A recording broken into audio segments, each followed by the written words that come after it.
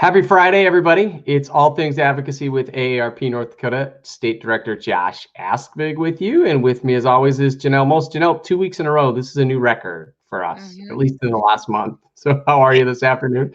It really is. I'm good. How are you? I'm good. I'm happy it's Friday, at least here in Bismarck, where we live. As you know, it's blustery out, but hopefully folks are getting some nicer weather and moisture soon. Excuse me. So, Janelle, let's talk about this week. It's been, slow, a busy week. Is that probably an apt description of the week that was at the North Dakota State Capitol? Yeah, I think that's an accurate description.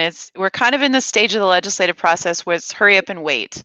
But we did see some action this week on several bills that we've been spending a lot of time on during the session. So, including our priority bills. So let's just start with 2170. 2170 was for, just as a reminder for folks, 2170 was the prescription drug price importation bill. Originally got negotiated or got amended into a negotiated price bill.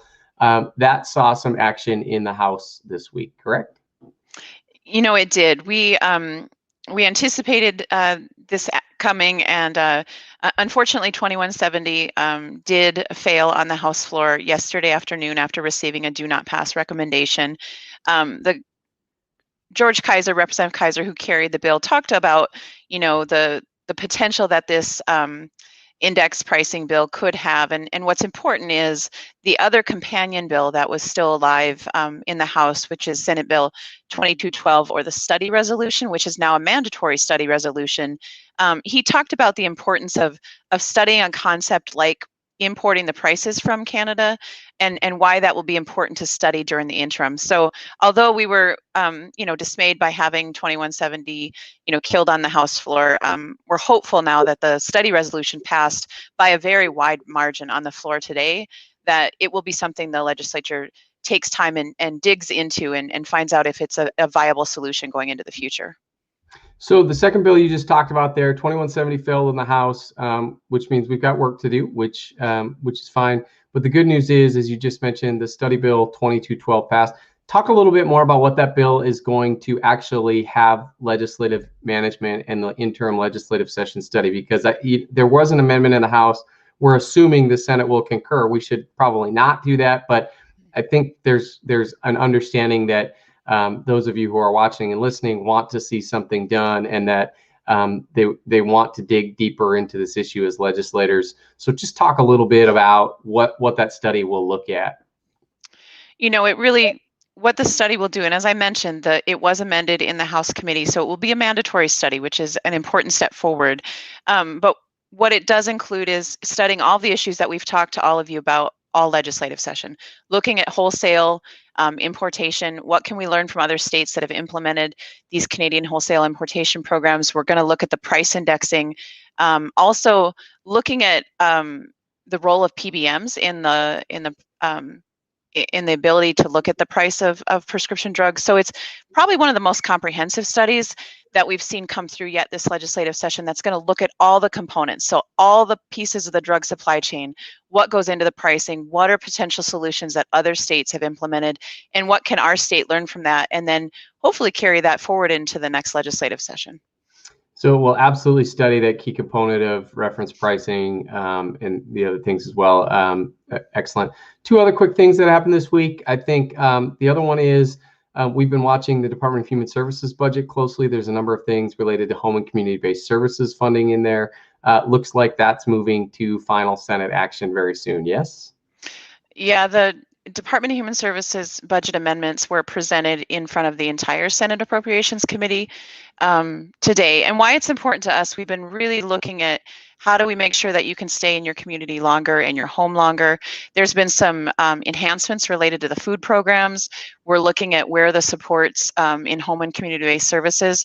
Really, it's been a positive outlook right now going into the conference committee with the House members. So we'll just continue to watch that and keep you updated about, really programs that help local communities keep folks in their community longer.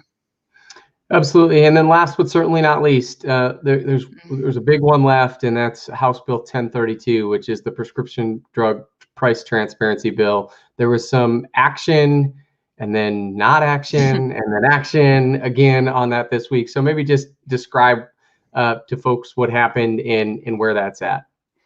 This was the hurry up and wait that I mentioned at the beginning of our conversation. So House Bill 1032, or the Prescription Drug Transparency Bill, did receive a favorable recommendation on Tuesday afternoon from the Senate Human Services Committee by a 4-2 do pass recommendation. It was scheduled to be heard yesterday on the Senate floor, but it was pulled back because of just a quick minor amendment that was requested by the insurance commissioner, and then it was voted on again favorably. So we anticipate it will be on the floor either at 8 a.m. on Monday morning or later in the afternoon. So we're really excited about this bill. It takes some good steps forward to put shine a light on what goes into the cost of prescription drugs, gives you as consumers some notice if drugs are going to increase by a certain percentage over a time period. So it allows both the state as well as you as consumers to make some good decisions about, what's going on with the price of your drug right now. And if you anticipate it going up, how can you make some good decisions about what to do next?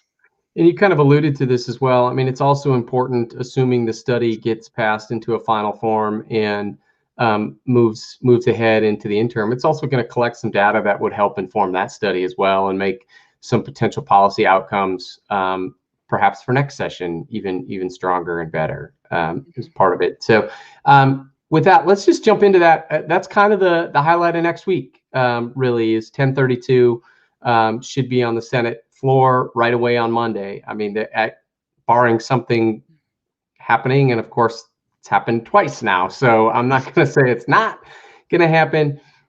It's likely the Senate will take action on a Monday morning. Is there anything else we're watching for next week as well?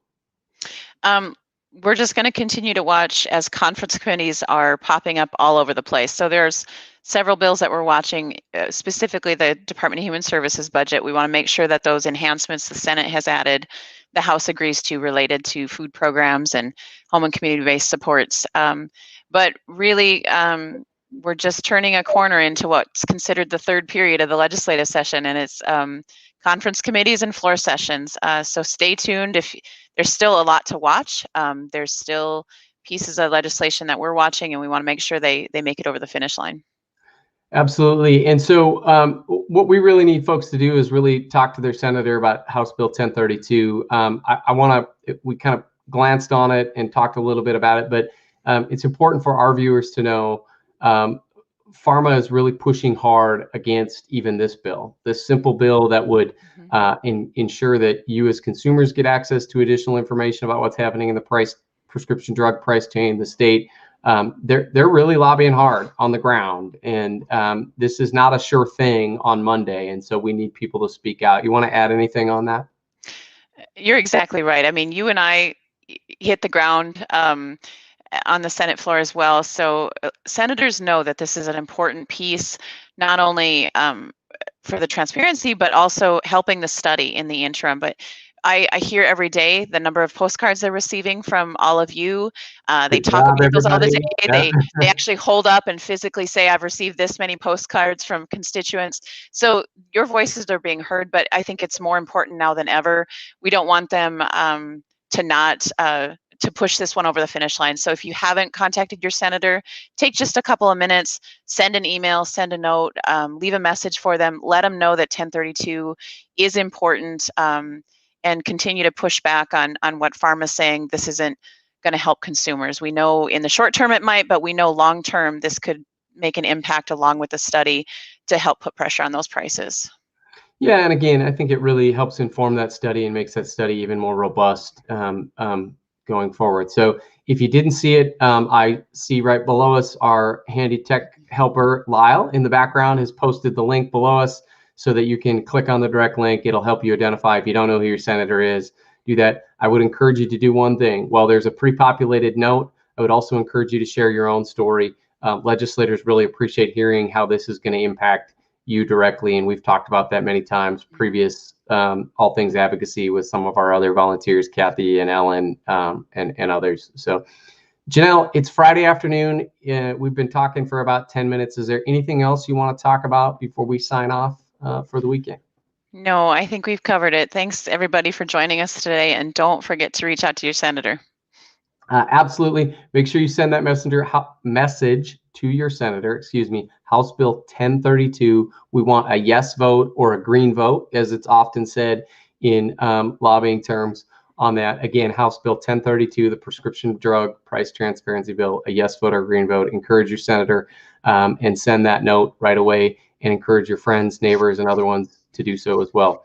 With that, this has been another All Things Advocacy. I want to wish you and yours a great weekend, and we'll see you next week.